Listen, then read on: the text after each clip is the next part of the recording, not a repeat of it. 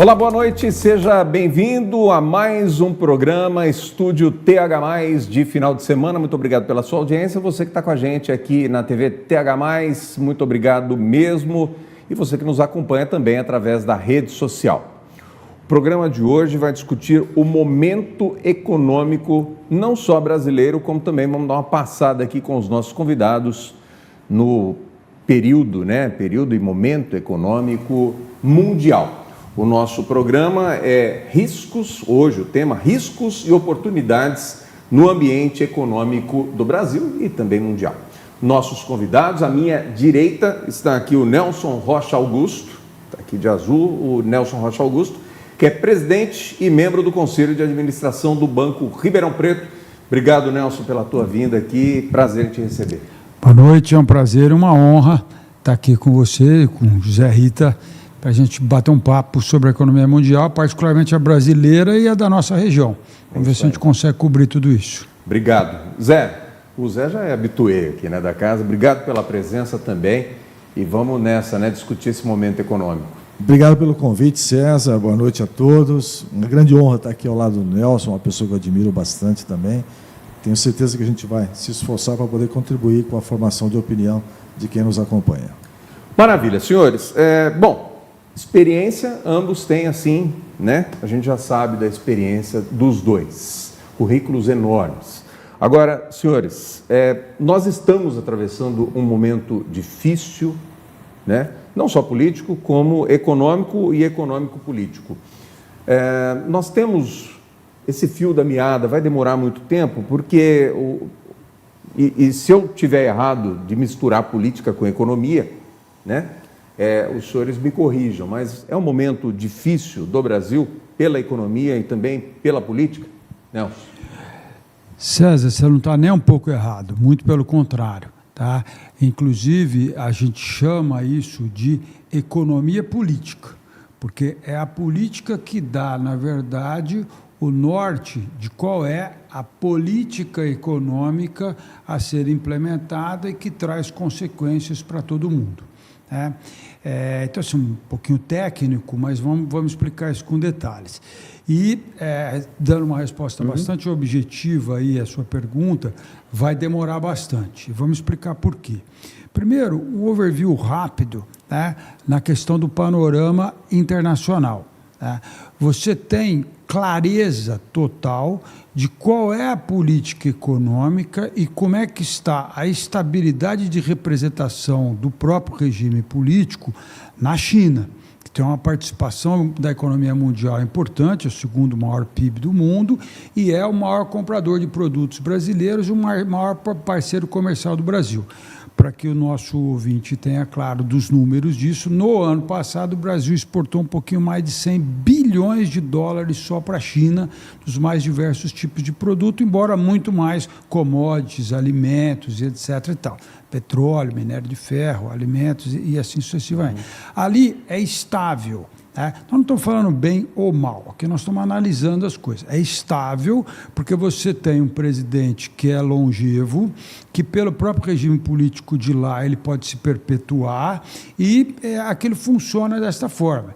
E o Estado chinês ele se programa a longo prazo com planos plurianuais de 5 em 5 anos e a cada ano você revisa os próximos 5.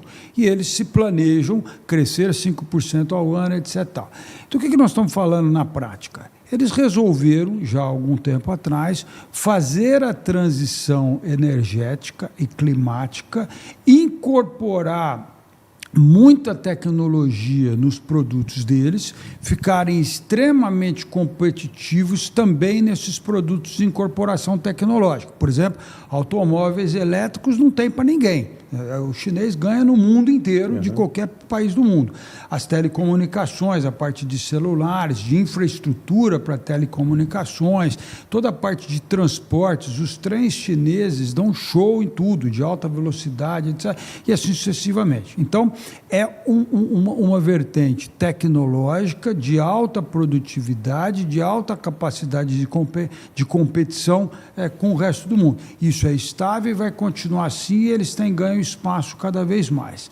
Bom, rapidissimamente, os Estados Unidos, como todo mundo sabe, estão num caminho, digamos assim, que é a principal economia do mundo, disparado, é a maior, é a mais importante, é a que dá o norte para absolutamente tudo, sobretudo no Ocidente, mas no mundo todo, está passando por uma revisão completa da condução da economia lá, vamos dizer assim, em função das eleições do ano passado, que o Trump ganhou as eleições fartissimamente. Então, é um regime democrático, a cada 4 anos tem eleição, completamente diferente da China, tá? E que não tem o que discutir. Ganhou em todos os estados pêndulos, ganhou no Congresso, ganhou a maioria e etc. Portanto, a sociedade americana escolheu não só o Trump, como este caminho. E agora que nós já estamos aí praticamente 2 meses de governo dos Estados Unidos, nós estamos vendo que é o seguinte, esse negócio ficou meio complicado. Por que ficou meio complicado? Ele morde e assopra, ele bota uma tarifa muito forte contra os outros países que foram parceiros deles a vida inteira, sobretudo México e Canadá, contra a China também, e vai assinando lá, literalmente, de 20 a 25 decretos por dia entrando em vigor, né? O que traz... Só econômico. A maioria econômica. A maioria. Muitas coisas de imigração que influenciam na economia, muitas coisas ligadas, a, por exemplo, que é da economia também, mas no desmonte da máquina pública americana. É uma máquina pública mandando embora, gigante, lá está limpando. Mandando embora todo mundo, fazendo não sei o quê. E você entra num processo de destruição daquilo que existe, que tudo bem, teoricamente não teria problema se a outra parte já fosse montada instantaneamente e começasse a funcionar com brilhantismo. Não é isso que nós estamos vendo. Então, os mercados agora começaram a bater nos Estados Unidos, o próprio mercado americano, a bolsa caiu significativamente, e cair a bolsa não tem nada de trivial, porque a poupança do americano ela é guardada em ações, na sua grande maioria, ou em imóveis. Tá? Não tem outro tipo de coisa, não é muito como aqui no Brasil. Então, a cultura de investir nesse tipo de situação. E esta atitude que é típica do Trump, de toda a equipe dele, etc. e tal, com uma situação, César e Rita, que é muito inédito na história econômica mundial. Você tem o principal capital americano dentro do governo. O Alan Bush está lá, com a caneta na mão. Nunca aconteceu isso na história do mundo. Aqui no Brasil, quando o capital chegou mais perto do governo, deu as bobagens que deu que nós vimos lá para trás, com as grandes empresas de disputa da coisa pública, que veio no Petrolão, depois veio no Lava Jato, veio num monte de coisas desse tipo. Agora, nos Estados Unidos, não, ele bota dentro do governo, literalmente, o capital privado inteirinho ali dentro. Isso está deixando o mundo inteiro... O que muda na economia, quer dizer, você disse da influência, né, da China e dos Estados Unidos no Brasil, né? Quer dizer, de uma forma em geral, no mundo todo. O que muda? Muda tudo, porque é o seguinte, ninguém sabe o que vai acontecer, particularmente nos Estados Unidos. Por isso que eu dei esses 2 exemplos, são os mais importantes, mas é bastante previsível qual vai ser a reação da China. Absolutamente imprevisível. Qual vai ser a reação da China? A China vai continuar crescendo, vai continuar incorporando tecnologia, vai continuar tendo um potencial de comprar cada vez mais produtos brasileiros. Portanto, a China indo muito bem, e os economistas ocidentais teimam em dizer que ela não vai continuar crescendo, e ela está crescendo. O ano passado cresceu 5%, esse ano deve crescer 5% de novo, e 5% de um PIB grandão é muita coisa. Né? Então, ela continua indo muito bem. Agora, os Estados Unidos é uma economia fortíssima, eles são extremamente qualificados e competentes, etc. Tal, mas está botando quase tudo isso em xeque instantaneamente e simultaneamente. Então, estudar uma incerteza muito grande, a economia não gosta de incerteza, os investimentos pararam, mercado de capitais está travado, custo de dinheiro dinheiro subiu, a liquidez diminuiu e o próprio dólar, que é a principal moeda do mundo, começou a perder força de uma maneira significativa no mundo inteiro. Zé Rita, por favor. Não, por só favor, complementando, perfeito o que você disse. Você estava perguntando qual é a dificuldade de trazer o capital privado para dentro da iniciativa pública. Exato. É que os valores são diferentes. O que move a iniciativa privada são valores de rentabilidade, de resultado, de lucro, de efetividade, e assim vai, de governança, efetivamente. Agora, o setor público é mais movido a contribuições à sociedade, né? O bem-estar social, serviços públicos de qualidade. Então, os valores são diferentes. O que se vê agora, eu tenho amigos que estão morando lá já há algum tempo, falou que no supermercado as frutas subiram de preço absurdamente. Essa política de migratória que ele criou, de devolver para os países aqueles que estão ilegais, tá? Extraiu, enxugou a mão de obra, tá? Trabalhadora, efetivamente, que lá estava para fazer isso, para trabalhar no campo, da colheita de frutas e algumas outras colheitas, e mesmo serviços braçais ali, como pedreiro, como pintor, jardineiro, tá? Que o americano não faz isso, não é o perfil dele fazer esse tipo de trabalho. Realmente. Ele depende. A mão de obra americana é bem complicada. E aí sobrou uma faixa de estrangeiros que estão dentro da legalidade no país, uma faixa pequena, tá? Comparado aos estrangeiros. Então, esses reflexos, só complementando o que o Nelson disse, tá? Para a sociedade também já começa a sentir esse tipo de dificuldade, porque já está caindo no bolso, os preços estão subindo, falta gente para trabalhar, tá? O princípio, talvez, que ele tenha usado, de tirar a mão de obra imigrante que lá estava... Ele, você diz o Trump. Isso, o Trump, Tá. desculpa. Talvez o princípio até que ele usou seja válido, no sentido de tirar aqueles ilegais que devem alguma coisa à justiça, que tem processo em andamento na justiça, que é uma minoria, esse sim. Agora, fazer uma varredura indiscriminada de todos os ilegais, sem ver a fundo quem tem competência para garantir legalidade, essa história dos 5 milhões de dólares para conseguir o green card lá, que se você, no mínimo, não tiver 5 milhões de dólares, você não consegue... 5 milhões de dólares? É isso, né, Nelson? O Nelson está mais por dentro que eu sobre isso aí. É isso que ele está propondo, não é regra hoje ainda, mas o que ele está dizendo é que é só acima de 5 milhões de dólares de investimento dos Estados Unidos que você vai poder ter o direito a ter o green card, ou seja, ninguém. O que muda, né, no nosso panorama econômico brasileiro, nacional, você falou da China, você falou dos Estados Unidos e tal, o que muda tudo isso dentro do contexto Brasil? Não, muda muito, por isso que a gente começou exatamente pelo cenário internacional. A China, porque só completar, a China crescendo é bom para o Brasil. é muito bom para o Então não Brasil. pode cortar a relação com a China? Não, de jeito Forma nenhum, alguma. é o principal Nem parceiro. pensar. Hoje o chinês investe muito no Brasil, tá? É o chinês que está na concessão, por exemplo, do trem que liga Campinas a São Paulo. É o chinês que vai construir a ponte lá em Salvador, entre Salvador e Itaparica. Provavelmente é o chinês que vai construir o túnel do Guarujá para Santos. O chinês já tem um monte de banco aqui no Brasil e crescendo a uma velocidade muito grande, além de comprar os produtos lá. Então os chineses investem aqui e compram os nossos produtos para serem colocados lá. E são economias complementares, não são economias que competem entre si. O que o chinês faz, nós não fazemos bem feito. É que essa coisa de alta tecnologia, industrial, etc., a gente não tem competitividade para isso. E o que nós fazemos, eles não fazem, que é São basicamente... competentíssimos, né? São competentíssimos, e uma assim por máquina. diante. Mas, por exemplo, para responder objetivamente o que você estava perguntando, o Brasil, por isso que a gente começou pelo lado internacional, vive um bom momento econômico. Os analistas econômicos brasileiros foram extremamente céticos durante o ano de 24, final de 23 e o ano de 24, prevendo o PIB próximo de zero, prevendo inflação extremamente alta, prevendo um monte de coisa que não aconteceu. O PIB foi um PIB robusto, o nível de emprego do Brasil nunca teve tão alto, a lucratividade das empresas nunca teve tão alta, a arrecadação de impostos nas 3 esferas de governo nunca teve tão alta. Quando eu estou falando nunca, é nunca mesmo.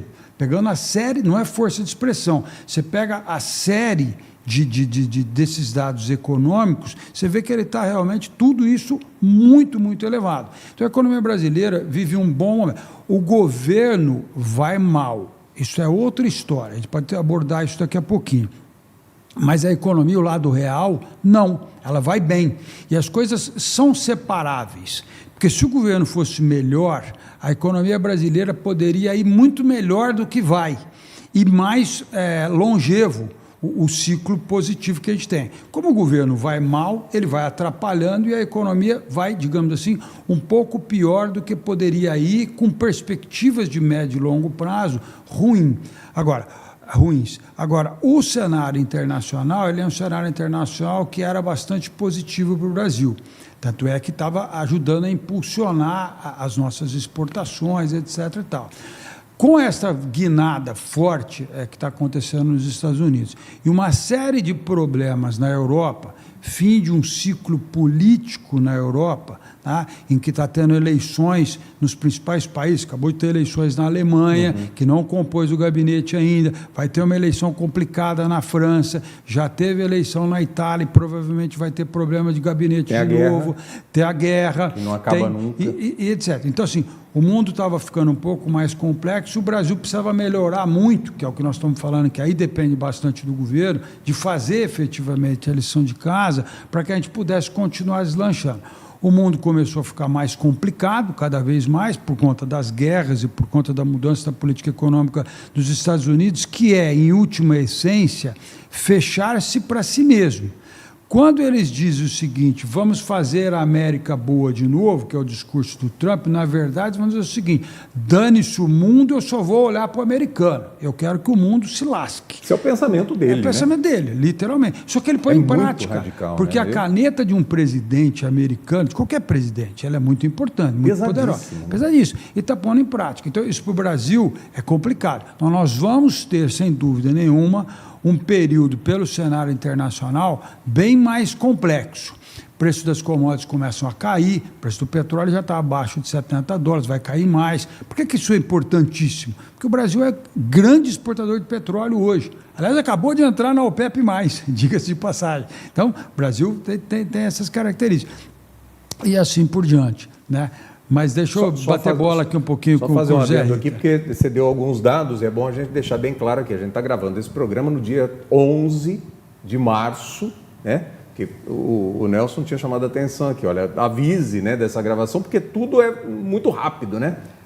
Você pode ter algumas coisas, como nós estamos em guerra, etc. Dólares, não sei o que tal, então pode ser. Hoje nós estamos gravando dia 11, vai ser exibido no final de semana, tal. Você concorda que a gente vive, Zé Rita, um momento bom econômico, como disse o Nelson? Acho que o empresário brasileiro ele é extremamente criativo, comprometido, competente, tecnologicamente preparado. Então, ele criou um canal paralelo ao governo, que ele vai que vai. Aliás, a economia é uma ciência que ela se molda por si só. Se o governo não interferir, ela vai muito bem. Ela se organiza. Tá? Se o governo ajudar, seria melhor ainda. Mas, tipo assim, eu diria que, só complementando o que o Nelson disse, a economia vai muito bem, apesar do governo, que poderia ser melhor. Tá? E o que a gente percebe no dia a dia agora, trazendo para o Brasil? Né? O dólar alto, é claro que ele vai comprometer a cesta básica, né? Os produtos de consumo, o petróleo e tudo mais que as famílias consomem. Né? A gente percebe isso no supermercado, porque se o produto não é importado, ele tem componentes importados, etc., então vai acabar acontecendo. Então, essa divulgação de inflação que é feita hoje, tá, ela é altamente questionável, porque eu entendo que cada pessoa tem uma inflação diferente da outra. A tua inflação é diferente da minha, porque a tua cesta de consumo é diferente da minha, é diferente do Nelson. Tá? Mas alimento não tem jeito. Né? As famílias de baixa renda, elas acabam comprometendo, às vezes, 40%, 50% da sua renda com comida. Muitos estados, desculpa interferir, mas muitos estados estão tirando a taxação de alguns produtos. Neste momento, né? Recentemente, uma medida emergencial para tentar baratear o custo dos produtos. Exato. Os estados estão tirando o ICMS do produto, o governo está importando a taxa zero também em produtos de alimentos, efetivamente, aí. E eu tenho dúvida se isso vai dar certo. Político ou econômico? Esse é o grande detalhe. Então, é um componente político no ambiente econômico. Muitos estados que são com líderes ou governadores, enfim, bolsonaristas, não estão querendo aderir. Né? Isso faz mal para o povo. Agora, como é que fica com a economia? Eu acho que independente de lado, direito ou esquerda... Não, tudo bem. Não querendo julgar, pelo amor de Deus. Só estou querendo dizer que nem vamos alguns... entrar nisso também. Mas eu entendo que tem que haver um esforço para poder baratear o custo do alimento, principalmente das pessoas, né? O que se vê é o seguinte, o Nelson falou no começo aqui, taxa de risco. A taxa de risco no Brasil está muito alta. Por quê? Pela insegurança nas políticas fiscais que existem no Brasil, apesar de maior arrecadação, apesar de crescimento do PIB, apesar de toda a competência que a gente vê o mercado privado realizando, tá? Ainda assim, o governo consegue gastar mais do que arrecada. Tá? Então, a dívida vai crescendo, tá? Isso aumenta a taxa de risco. Na hora que a gente faz os valuations da vida lá, o risco Brasil está cada vez um degrau acima. Tá? E, aliás, já falando nisso, a coisa positiva, até porque o tema é riscos e oportunidades, nós, com o dólar alto, as empresas estão ficando mais baratas para que empresas internacionais nos comprem. Tá? Então, está tendo uma enxurrada de empresas europeias aqui, a gente tem feito 4, 5 operações de empresas europeias já neste ano, empresas europeias comprando empresas brasileiras, principalmente na área de tecnologia, na área de alimentos e na área química também. E isso é uma oportunidade que está surgindo, porque as pessoas conseguem, de repente, com a mesma quantidade de reais, tá, ser comprado por menos dólares, né, porque o dólar está mais barato. Então, essa é uma das oportunidades que está surgindo, sim. Tá? Às vezes, também, fazer investimento lá fora está bem interessante de acontecer também. Então, nesse ambiente, a gente está passando do micro para a macroeconomia aqui, numa gangorra aqui. Você falou com uma facilidade de fazer uma aposta lá fora, tal, que, sei lá, não sei se é para todo mundo isso, né? Ter uma empresa fora do país. Tal. Eu vou te dar um exemplo. Nós estamos mandatários de uma organização do governo suíço que está interessado em levar empresas brasileiras para lá, e até o público que fique atento a isso, com toda a infraestrutura necessária, com todo o investimento necessário. Por tá? quê? Alguma coisa porque eles querem aperfeiçoar o modelo tecnológico, porque eles querem agregar valor dentro do país, eles querem gerar emprego dentro do país, querem gerar renda. São estrangeiros? Os estrangeiros querem que empresas na Suíça. Suíça. Tá? Se alguém tiver interessado em montar a sua empresa agora, na Suíça, onde é que eu assino? Aqui, onde é que eu tem isso. Suíça, pô. Isso, o Nelson sabe disso, não é uma coisa recente, não, mas agora, em função dessa insegurança mundial que está surgindo, se tornou mais forte. Né? Você sabe que a Europa ela tem grande dificuldade de gerar criança, né? Não tem nada a ver, mas você já vai entender. Não tem jovens, tá? Por exemplo, esse ambiente de inteligência artificial que está surgindo, quem que vai aprender? São os velhos que vão aprender, porque não tem juventude realmente para ser formada nisso. Então, eles têm que importar jovens que tenham essa competência para poder ajudar a desenvolver esse tipo de coisa, porque o índice de natalidade na Europa é ridículo. Né? Até 50 e poucos anos eles aceitam? Eu vou mandar seu currículo para lá. Caramba! Vocês falaram, quer dizer, o Nelson deu o start aqui da economia brasileira, né? Nós temos um porém, e aí eu vou falar de política, né, que é o Fernando Haddad, né, que é o nosso ministro da Economia. Ele é político nato, né? E se eu tiver errado, por favor, me corrija.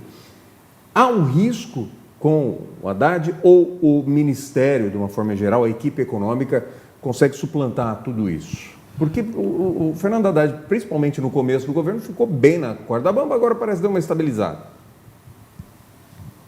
Na minha opinião, de uma maneira muito clara, né, já trabalhei no governo federal há quase 20 anos atrás e conheço bem como é que funciona aquilo ali.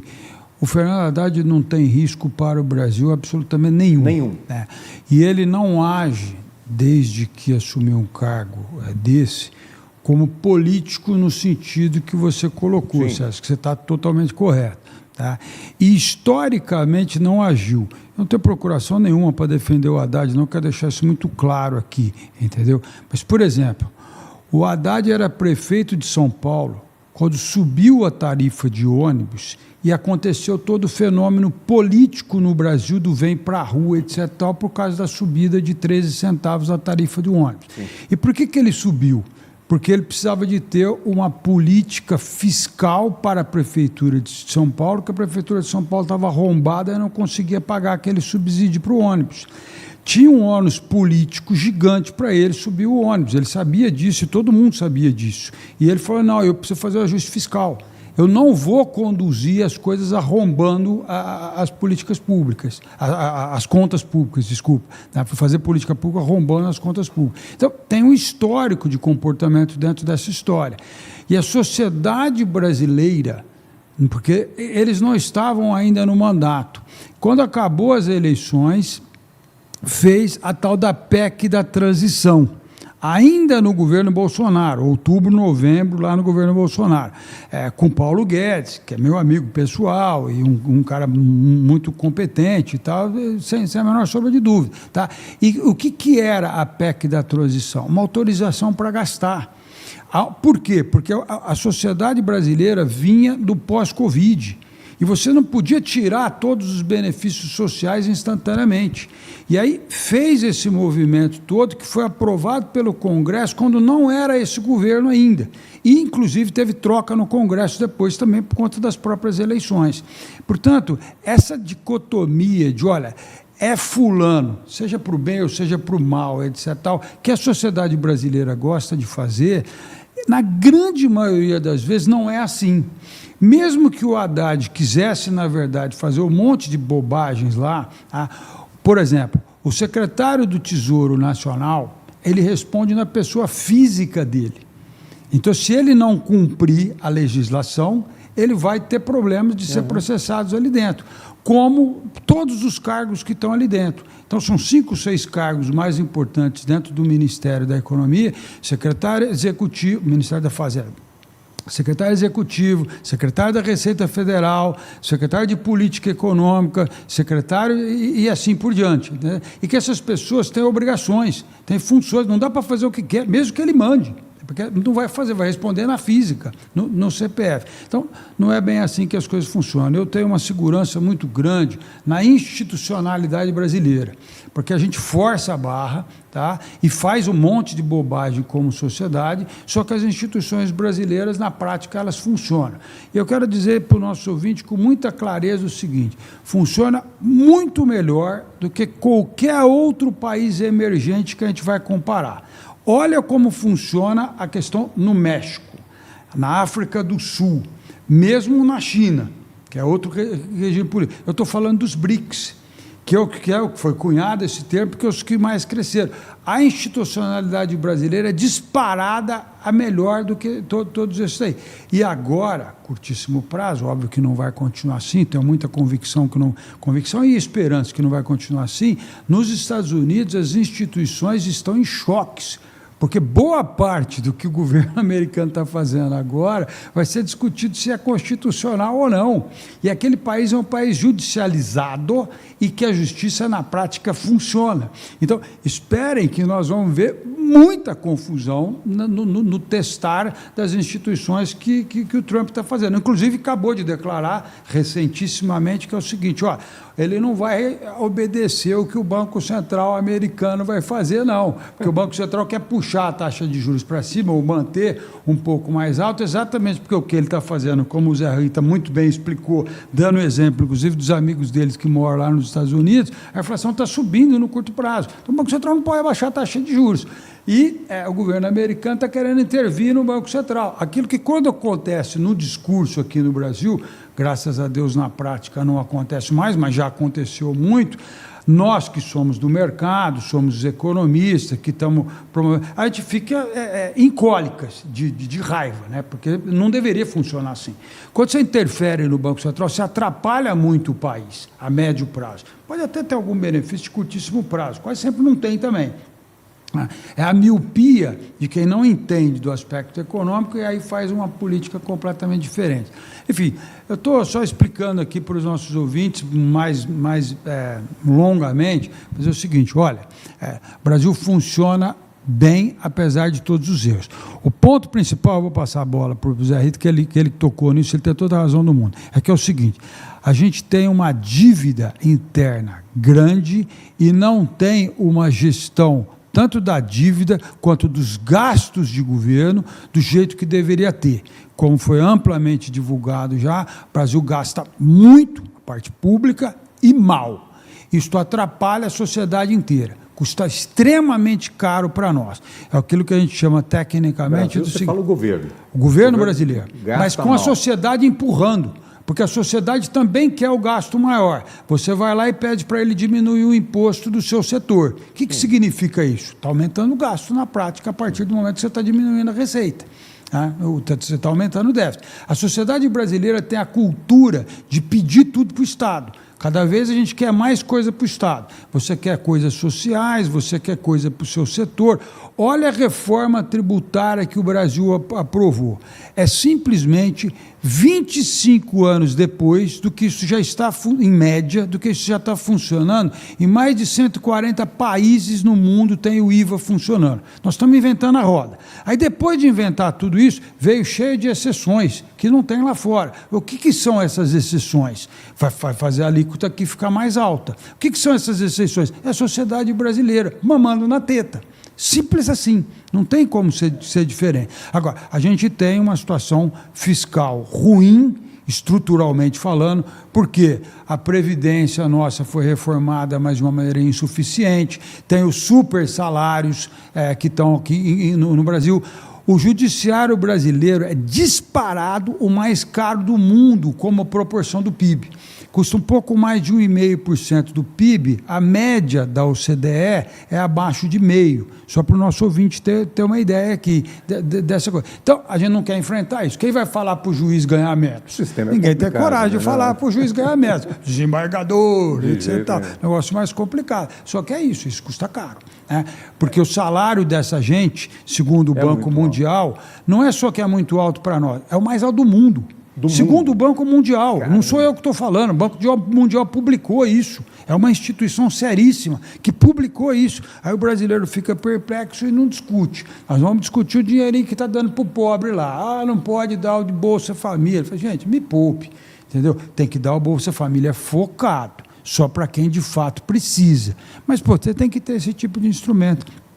O que não pode é ter os outros benefícios. E, inclusive, rico, como é amplamente divulgado aqui, paga muito pouco imposto. Isso está completamente errado. Né? Não tem como ficar assim. Tem que taxar mais alto? Claro! Sem a menor sombra de dúvida. De acordo? 100% de acordo. 100% de acordo. Eu pago muito menos imposto proporcionalmente do que a funcionária que trabalha na minha casa. Isso está errado. A balança não completamente não errado. De jeito nenhum. Completamente errado. Tá? Não tem imposto sobre patrimônio no Brasil. Como fazer isso? Você tem que discutir com a sociedade inteira e fazer uma programação de fazer isso de uma maneira paulatina. Por exemplo, não tem imposto sobre propriedade aqui no Brasil como você tem fora do mundo. Não tem imposto sobre herança. O ITCMD no estado de São Paulo é 4%. A média europeia é acima de 60%.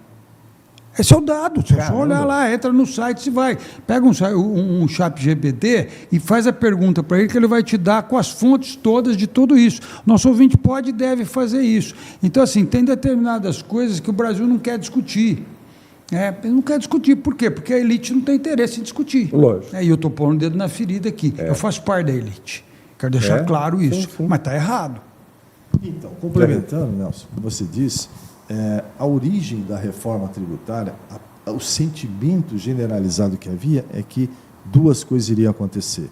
Nós iríamos reduzir os 96 impostos, taxas e tributos que existem no Brasil, que muitas empresas têm que montar uma equipe só para cuidar do fisco, que custa caro, tá?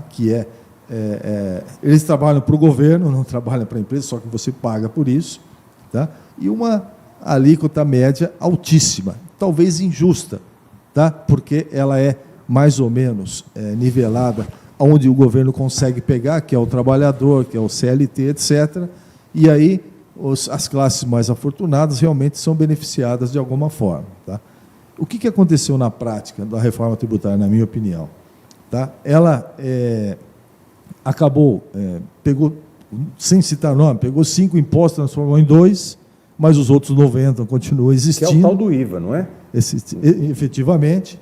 Só que o IVA foi taxado, na realidade, se fixou ele numa taxa muito elevada. Pode ser que de início vai lá e depois vai começar a baixar. Se bem que no meu sentimento, como ele vai até 2030 para ser implantado na íntegra, Eu acho que talvez os próximos governos, seja lá quem for, talvez vão rediscutir isso aí e rever esse IVA e tal, porque realmente ele é um imposto único, tudo bem, só que é muito alto, né? Eu faço um negócio no Paraguai, eu estou fazendo um M&A lá no Paraguai, tenho empresas clientes lá, e eles têm um regime tributário absurdamente simples, 10% de imposto, só.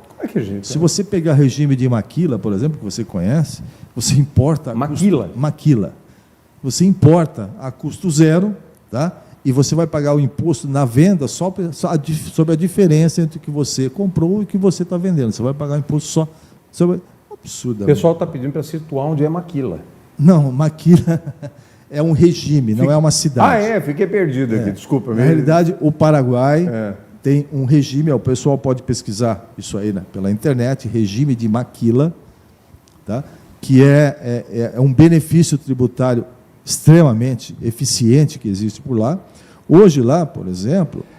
Desculpa, deixa eu te ajudar. É quando você vai importar para montar um outro produto que você vai revender, vai exportar para fora. Tá? Resumidamente é isso. Aí ele é muito simplificado. Tá? Em outros lugares, você pode considerar, é parecido com o tal do drawback, etc. Mas isso que desculpa o meu desconhecimento, eu já estava querendo ir para Maquila também, de Suíça para Maquila. Então, e só complementando, nós temos aí 5 frigoríficos JBS por lá, temos mais 3 frigoríficos do Minerva por lá, tem Minerva é bom, hein? Isso mesmo. Grandes empresas brasileiras lá se instalando, e é muito interessante. Estou aqui vendendo a oportunidade de se investir no Paraguai. Por favor, me procurem, nós temos oportunidades num portfólio de serviços, e, enfim, estamos à disposição. Deixa eu ajudar o Zé Rita num ponto aqui importante também, que eu concordo com ele em gênero, número e grau. Eu não tenho negócio do Paraguai, mas acabo acompanhando também. Ele tem... Só no Paraguai o Nelson não tem, o resto ele tem. Ele tem toda a razão do mundo. Mas citar um outro exemplo. O imposto sobre a energia elétrica no Brasil, ele é em torno de 30 e tantos % por dentro na metodologia de cálculo, que na prática vai dar quase 40% de imposto sobre a energia elétrica. No Paraguai é menos de 5%. Essa é a diferença. Quanto que é aqui? É quase 40%. Se você no Paraguai é 5%? É 5%. Essa é a diferença. Então... exatamente. Aí a indústria tem que ir para lá mesmo, porque a energia não poderia ser cobrado imposto de energia. Por que é bom que o nosso ouvinte saiba disso? Por que não deveria? Porque energia é insumo. Se eu uso a energia industrial ou no comércio, etc., para fazer a sua atividade principal. Então, é insumo. E aí você tributa o insumo de uma maneira absolutamente violenta. É um negócio inaceitável. Então, essas são, digamos assim, as patologias, as doenças da economia brasileira que precisam e podem ser corrigidas. Né? O que vai permitir corrigir isso, que na linha do que você tinha perguntado, César, que eu acho muito rico, a sociedade se indignar e discutir isso seriamente. O que é seriamente? Sem paixão política, sem esquerda ou direita, sem nada disso. Em cima da ciência, do dado, não é da coisa aqui, objetiva. Né? Não, São Paulo e Palmeiras, aliás, nada disso. Eu preciso fazer um intervalo, o pessoal já vai me puxar a orelha aqui, senão a minha economia cai, né? Então nós vamos fazer um intervalo rapidinho, 1 minuto e meio, não sai daí, a gente volta discutindo a economia com esses 2 craques da economia aqui. A gente volta em instantes, até já.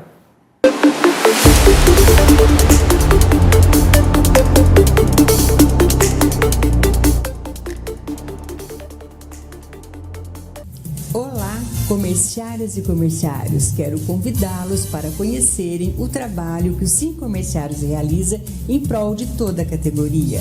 Além da proteção e conquistas aos direitos trabalhistas, nos empenhamos em promover oportunidades de lazer e convivência ao comerciário e sua família. São 87 anos de lutas e conquistas. Vocês são o nosso maior compromisso e razão de existir. A família Bálsamo se dedica à produção de 30 toneladas diárias de produtos de alta qualidade. Utilizamos grãos selecionados e acompanhamos todo o processo, desde a semente até o produto final. Cada detalhe é cuidadosamente pensado para garantir a excelência, com amor pela tradição e pela partilha. Bálsamo é sinônimo de qualidade e compromisso. Aqui, cada produto é uma história de dedicação e muitos momentos doces. Viva a qualidade única com Bálsamo.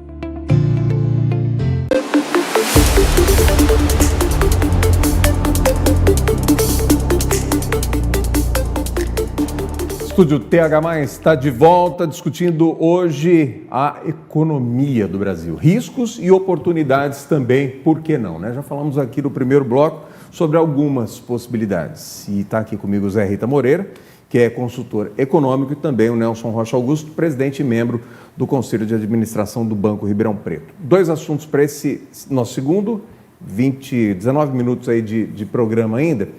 Dois assuntos importantes. Primeiro, a inflação, né?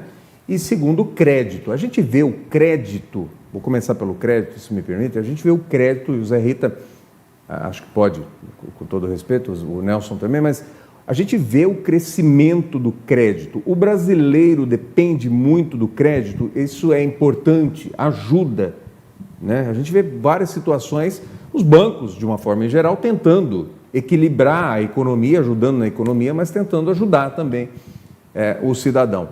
O crédito hoje é um grande negócio, é um bom negócio para a economia de uma forma geral, Zé? César, eternamente, sempre o crédito é fundamental para o desenvolvimento da economia. Tá? O crédito permite que você compre coisas que você não conseguiria pagar à vista, mas ainda assim possa consumi-lo, pagando em prestações. Né? E aí você paga o juro. O que é o juro? É o aluguel do dinheiro. Você vai pagar o aluguel do dinheiro que você está pegando emprestado aí como crédito e financiamento. O problema é que, na medida em que a nossa taxa Selic, que é uma taxa referencial de juros, ela fique alta por outros fatores, tá? Necessariamente ele puxa, tá, as taxas de juros sobre o crédito para cima. Tá? E isso provoca, de certa forma, o que nós temos visto, uma inadimplência, ou seja, algumas pessoas não conseguem pagar as parcelas. Principalmente os bancos de varejos e os grandes varejistas também, o que eles fazem? Eles embutem uma taxa de risco na hora de conceder o crédito para poder se resguardar, ou pseudamente se resguardar, de uma possível inadimplência. Tá? Isso torna o crédito ainda mais caro. Tá? Esses fatores estão comprometendo. Me preocupa muito campanhas do governo de liberação intensiva de créditos, sem necessariamente haver uma contrapartida ou análise da capacidade das pessoas em pagarem as suas parcelas desse crédito que estão pegando. Nós estamos vendo muito o conceito de ativos estressados agora. O que é? As pessoas compram a sua casa, não conseguem pagar, o banco vai lá, tenta negociar, não consegue, ele devolve. O banco fica com esse pepino na mão e ele vai ter que se livrar disso para fazer dinheiro. Às vezes, ele pega pela metade do valor, pega a casa, que valia 1 milhão, o sujeito pagou 500 mil, não conseguiu pagar o resto, ele pega de volta a casa, e aí ele vai ter que fazer dinheiro disso. Isso para automóvel também, e agora tem uma nova facilidade jurídica para você pegar veículos também que estejam nessa situação, aí ficou mais rápido agora para se recuperar veículos. Enfim, então crédito, sim, é um grande aliado, desde que bem usado. Tá? Me preocupa, senão vira uma bola de neve. Essas políticas populistas, de repente, de despejar crédito à vontade, nós vimos isso no governo Dilma, aqui que aconteceu, o volume de pessoas ficaram endividadas e depois não conseguiam pagar, foi muito grande. Então, crédito é um grande aliado, desde que bem usado. Com os juros altos, você recomenda o crédito? Os juros altos, infelizmente, é fruto, a gente vai discutir isso daqui a pouquinho, de uma inflação mais alta e da situação financeira do setor público, a dívida e o déficit, etc. Isso é que empurra o Brasil para ter as maiores taxas de juros do mundo, de novo, que é muito ruim. Mas só voltando para o crédito especificamente, complementando um pouco aí, que o Zé Rita já explicou muito bem. Né? Olhando, ele falou mais do crédito, obviamente, para o consumo, para a pessoa física, etc., o que é absolutamente importante. Agora, a economia brasileira, sobretudo nos últimos 10, 15 anos, ela se sofisticou muito e mudou completamente a forma de dar crédito para as empresas, sobretudo as médias e grandes empresas, né? Que é o desenvolvimento do crédito via mercado de capitais, que não é um crédito que o banco dá, são dívidas estruturadas que você faz através, nosso ouvinte deve ter ouvido falar, de operações, por exemplo, de um CRI, que é o Certificado de Recebíveis Imobiliários, ou de um CRA, que é o Certificado de Recebíveis do Agronegócio, ou de debêntures incentivadas, e assim sucessivamente. Tem um monte de tecnicidade aqui, para não ficar apurrinhando muitas pessoas, mas só para que as pessoas entendam isso, hoje, este crédito já representa quase 30% do crédito total da economia brasileira. E é um treco relativamente novo, com esse sucesso e com esse êxito. Esses instrumentos já existiam, mas não tinha esse êxito tão grande assim. Vários dos nossos ouvintes aqui provavelmente investem em fundos de crédito, que são amplamente distribuídos pelo sistema financeiro brasileiro, as plataformas de distribuição de ativos financeiros que distribuem fundos de crédito e outras coisas mais. Então, o crédito brasileiro ele está muito moderno, ele é muito ágil, ele é muito adequado, ele é muito bom, ele funciona bem. Agora, ele tem os problemas que estão colocados ali, né? Do populismo, como o Zé Rita explicou muito, que você está dando mais dinheiro para uma determinada pessoa que não tem a formação financeira adequada, e aí é perigoso. Complicado, né? Ou as empresas, que também é extremamente perigoso. É perigoso? É claro, a empresa tem que tomar muito cuidado ao tomar crédito. O Zé Henrique é um craque nisso. O balanço que as empresas fazem, não estou falando do balanço contábil, o balanceamento, vamos mudar o nome que fica mais fácil, entre o que é capital e dívida. Ele nunca pode tomar um volume de dívida desproporcional ao tamanho do seu capital, muito grande, ou tomar um volume de dívida desproporcional ao que ele gera de caixa, que a gente chama tecnicamente de EBITDA, e assim sucessivamente. Então, existem as técnicas para fazer isso, amplamente difundida nas escolas de negócio, amplamente difundida nas empresas de consultoria, recomenda do Zé Rita aqui, que é um craque, além de ser meu amigo, e é mesmo, ele sabe, para que as pessoas, se você faz a coisa bem feita, como disse o Zé, o crédito é extremamente aliado. Agora, é importante nós entendermos como sociedade como um todo, que, de novo, vou lá no judiciário. Parte dos problemas de crédito, inclusive dos spreads serem mais elevados, é a gulodice dos bancos, sim, eu sei disso, e sem dúvida nenhuma isso também é muito, muito ruim. Mas é porque você, para recuperar um crédito no judiciário brasileiro, em média, demora 10 anos. O resto do mundo é 1 ano e meio. Esta diferença faz uma diferença muito grande na hora de você botar o preço do dinheiro. Como disse muito bem o Zé Henrique, o preço do dinheiro é o aluguel que você está pagando daquele dinheiro que você está usando por aquele tempo. Eu vou te cobrar muito mais caro por isso, porque se você inadimplir, eu tenho que movimentar a máquina judiciária é emperrada e lenta, entendeu? E não atende. Em alguns instrumentos passaram a atender de uma maneira mais ágil, como o Zé Rita explicou. Se você parar de pagar o carro que você tomou financiado, você vai perder o carro rapidamente. Ou as casas, através da figura da alienação fiduciária e assim por diante. Agora, a sociedade fica, às vezes, perplexa com isso. Olha, eu não posso perder o meu carro que eu já paguei, mas se você ficou inadimplente, não tem outra alternativa, né? Então, nós precisamos entender as coisas como, de fato, elas funcionam. O que vale aqui é o seguinte: tem um monte na internet de boa qualidade, tá? Inclusive da FEBRABAN, da ABBC, que eu sou a Associação Brasileira de Bancos, que eu sou do Conselho e tal. Entra no site lá e vê que é educação financeira. Tem capítulos básicos de educação financeira que uma dona de casa tem condições de fazer, porque é preparado didaticamente para isso. Então, eu recomendo à população assim, gaste uma parte do seu tempo fazendo educação financeira, entendendo o quanto você pode tomar de crédito, quanto você não pode, como é que você discute para montar o seu orçamento com a família, montar o seu orçamento pessoal, não gastar mais do que você pode. Aquela assim, regrinha básica, né? Fazer a continha em casa é importantíssimo, né? Uma vez me falaram, e tem pesquisa sobre isso, o pessoal do Pé de Meia, da USP aqui de Ribeirão Preto, que faz isso, os alunos da FEA lá, eu sou conselheiro da FEA também, faz uma dica importante, sobretudo para as pessoas menos esclarecidas com relação a esse assunto. Se você passar a anotar tudo que você gasta, você certamente começa a gastar menos na semana seguinte. É verdade. Eles pesquisaram isso. É mesmo. Porque o cara fala, gastei demais com isso aqui. Ele sabe que aquilo não é tão importante para ele. E aí ele começa a ter um pouco mais de disciplina. Porque, no fundo, a educação financeira é um pouco do conhecimento, mas muito de disciplina. Se você tiver disciplina, você não vai ter problema. A gente estava falando sobre isso E o aqui. dinheiro aqui no Brasil é muito caro. Zé Rita tocou nesse ponto, ele tem toda a razão. Muito caro. Vai continuar assim por um bom tempo. Portanto, sejam comedidos ao tomar crédito. Fazer minha Bastante propaganda. comedidos. Você fez a propaganda do Zé, deixa eu fazer a minha aqui, né? A gente estava falando sobre BPO, né? Que é administrativo de pequenos e médios negócios, né? Que o BPO acompanha dia a dia e passa, né, Zé?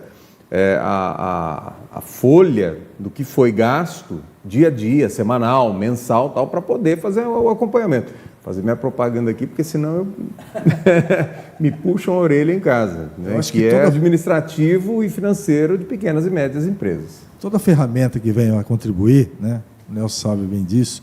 Hoje nós temos uma leva de novos empresários, aqueles que começaram a empreender efetivamente, talvez porque surgiu uma oportunidade, ou porque não queria se submeter a ser um CLT, ou porque teve uma boa ideia, etc. Embora nós sabemos que quase 2/3 das microempresas fecham em 2 anos, porque faltou planejamento, tá? Mas tudo que nós estamos falando aqui é o curso, é o conhecimento financeiro, é o BPO, são informações importantes que as pessoas deveriam procurar entender um pouco mais e, às vezes, despertar o espírito empreendedor que existe dentro de cada um. O brasileiro, insisto, eu conheço um pouco também de Europa, de Estados Unidos. O brasileiro é muito criativo, ele é muito intenso. Uma pena que boa parte não usa a sua criatividade para onde deveria. Tá? Mas nós somos diferenciados. Tá? Nós temos um modelo financeiro que é exemplo para o mundo. O nosso Pix aqui, por exemplo, o mundo corre atrás disso, está anos-luz atrás no mundo. Os nossos técnicos são brilhantes. Tá? E só aproveitando, que a gente estava falando de crédito aqui, por exemplo, eu tive uma época na Itália, e as pessoas na Itália não compravam a crédito. Como assim, comprar uma geladeira em 2 parcelas? Não, isso não existe para vista. De uns tempos, digamos, de 15 anos para cá, estou falando 15 anos atrás, de 15 anos para cá, isso mudou. O europeu também começou a fazer parcelamento das suas compras. Tá? Isso quer dizer que, como o Nelson bem disse, a dificuldade não é localizada no Brasil. O mundo está se transformando de uma maneira constante. Tá? As dificuldades existem. Tá? Nós estamos vendo recentemente só essas iniciativas do Trump com relação à Europa, já acendeu algumas luzes lá de alerta para correr atrás e procurar resolver os seus problemas internos. Não tem mais a muleta dos Estados Unidos, e qualquer problema poderia ir lá. E a questão da taxação, rapidamente, só como já falamos disso, sobre ele estar sobretaxando, eu também acho que a maneira abrupta como está sendo feita é errada. Tá? O conceito não é errado. Tipo, se um país me cobra 10%, eu também vou cobrar 10% dele. Se um país me cobra 5%, eu também vou cobrar 5%. Isso não se aplicaria ao NAFTA, por exemplo, que é Estados Unidos, Canadá e México, que era um triângulo muito bem feito, usando a mão de obra do México, que era um pouco mais barata, tá? Tecnologia americana, ambiente canadense, isso deu muito certo por algum tempo. Tá? Agora não pode simplesmente chegar lá e romper um histórico que existe, tá? Que o mundo, inclusive, estava nessa dependência. E vamos falar do outro assunto? Inflação. Temos 7 minutos. Como é que os senhores percebem, na verdade, como que a sociedade, né? Como é que o governo consegue passar para a sociedade sobre a inflação no Brasil? 6 minutos agora, Rita. Total. Bom, a inflação, é claro que é a pior doença que existe na economia, é a inflação, né? A gente percebe. E, fatalmente, ela sacrifica principalmente as classes menos favorecidas, porque as classes mais controladas ou abastadas conseguem controlar isso de uma forma diferente, são menos impactadas pela inflação. Tá? A inflação, na realidade, ela acontece por uma série de fatores, nós sabemos disso, né? Principalmente descontrole do governo, efeitos monetários, as 5 classes de riscos estão presentes. Esse fator, risco de segmento, de mercado agrícola, de moeda e tudo mais. E a inflação é uma doença, como eu disse, que ela precisaria ser extinta ou pelo menos minimizada. Como é que está hoje a inflação? Hoje, 11 de março. Está rodando na faixa de uns 4,5% a 5%, mais ou menos. É um risco? Não é boa. Por que não é boa? Para o leigo pode parecer, 4,5%, 5% não é nada muito complexo. Nós já tivemos índices muito maiores. Sim, né? Já teve mais de 80% no ano, antes do plano, num mês, antes do plano real, que dá milhares percentuais. Mas o ponto aqui é o seguinte, a meta do Banco Central, e o Brasil funciona brilhantemente bem nesse sentido, principalmente depois do plano real e depois da coragem de expectativas com as metas inflacionárias, é de 3%. Com um grau de tolerância de até 4,5%, que é 1,5%. Isso é lei, isso é a regra que está colocado lá. Então, nós temos que jogar a inflação para menos de 4,5% ao ano.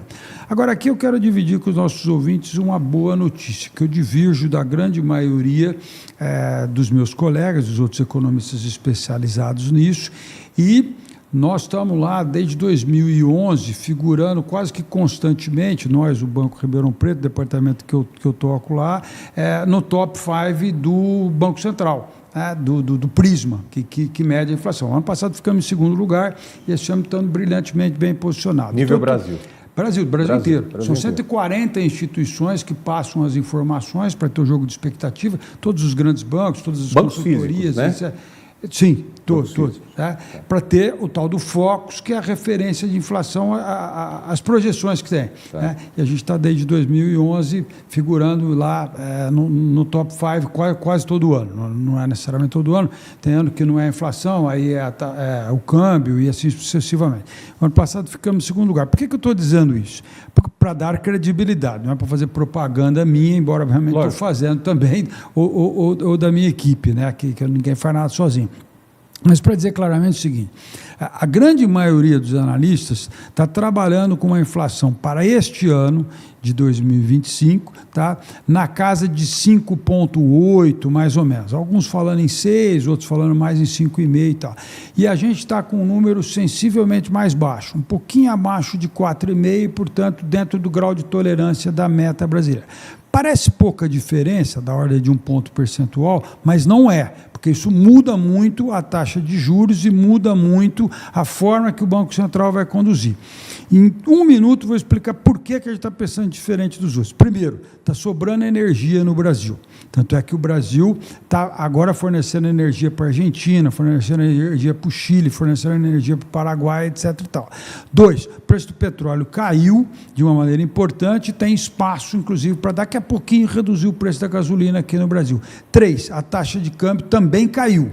Né? O câmbio foi a 6,30, 6,40 no final do ano passado, hoje está mais na casa de 5,80 aí, no dia 11, o dia que nós estamos gravando. 5,80 aproximadamente, etc. Isso é uma diferença muito, muito grande. E estamos em plena colheita da maior safra agrícola de todos os tempos no Brasil. É uma safra gigante de soja, de milho, de café, de cana-de-açúcar, de frutas, etc. E tal. Isto certamente vai bater no preço ali na frente. Então, esta oferta agrícola muito mais robusta, que está praticamente dada já, a safra de soja já foi colhido mais de 70% agora, né, nesse período, e, portanto, ela está dada e é uma safra muito grande. De milho também tem uma perspectiva muito interessante, etc. Tal. Isso vai fazer cair ali na frente, não agora, mas para abril, maio, o preço do frango, o preço do ovo, que explodiu o preço do ovo. Por que explodiu? Por causa do calor e porque exportou um pouco de ovo para os Estados Unidos, porque teve gripe aviária nos Estados Unidos, teve que abater as aves lá e aí eles compraram o nosso ovo. É simples assim. Tomar café com omelete, então, é coisa de rico. Não tomar um café com omelete é um breakfast. É isso. E o próprio café, que está extremamente caro, sem dúvida nenhuma, eu até acho que ele vai cair um pouco menos, porque aí você tem uma falta mundial, porque está produzindo menos, sobretudo nos outros países que produzem também, Vietnã, e Colômbia e Brasil. São os 3 países que produzem café. No entanto, ele vai parar de subir. E é importante nós lembrarmos que inflação é preço sobre preço, não é o preço. Vou me explicar. Claro que as coisas custam caro, sobretudo para quem tem mais dificuldade. E vai continuar custando caro. O que eu estou dizendo é que vai parar de subir. E isso muda muito. porque vem subindo bastante. Se parar de subir, já dá um alívio muito grande e o Banco Central poderá cortar a taxa de juros no último trimestre desse ano. Está gravado, pode ouvir aí, se não tiver nenhuma hecatombe internacional, nenhuma grande bobagem, porque, claro, se tiver guerra, se tiver alguma outra questão, aí é diferente. Condições minimamente normais do funcionamento da economia, a gente vai ver um corte de taxa de... Vai subir agora a curto prazo a Selic, taxa de juros básica, está dado, o Banco Central já anunciou, vai subir mais 1 ponto percentual, né? Agora ainda no mês de março, pode até ser que suba mais um pouquinho, mas lá em setembro, outubro já tem espaço para cair, porque a inflação vai estar menos alta. Estou em cima da hora, está gravado. O programa está gravado e a gente vai te cobrar. Bom, imensamente honrado em tê-los aqui, um prazer enorme, aprendi bastante. Eu que realmente sou 50% leigo no assunto, mas aprendi demais e fiz questão que ambos estivessem aqui com a gente. Infelizmente, está acabando o tempo e infelizmente é num final de semana que esse programa passa, né? Que deixa as pessoas... Apesar que vocês deram boas notícias. Nelson, obrigado, imensamente honrado de tê-lo aqui, obrigado mesmo e vamos logo, espero que logo, dentro de todos os teus afazeres, você possa voltar aqui com a gente, vai ser um prazer. Eu que agradeço aos nossos telespectadores, sobretudo, mas ao Zé Rita, que é colega conhecido de longa data, um craque, e a você, César, pela oportunidade, pela condução. Para nós é um prazer bater um papo como esse, dividir um pouco do que a gente sabe, a gente trabalha com isso, estuda isso com profundidade, aí com os telespectadores é sempre gostoso. Eu não quero convencer ninguém de nada, não, a gente está passando as informações que a gente acha. Não, mas ajudou muito. Zé, obrigado mais uma vez por estar aqui com a gente. Obrigado mesmo. Obrigado, César, uma grande honra estar aqui com o Nelson, uma pessoa que eu admiro bastante também, um ícone de Ribeirão Preto na área da economia, com certeza. Muito obrigado pela oportunidade de estar aqui. Obrigado. Um abraço aos telespectadores e esperamos ter contribuído com a formação de opinião de todos aí. E que todos tenham uma ótima semana. E como diria, nesse momento acho que até vale, né? Como diria Paulo Henrique Amorim, boa noite, boa sorte.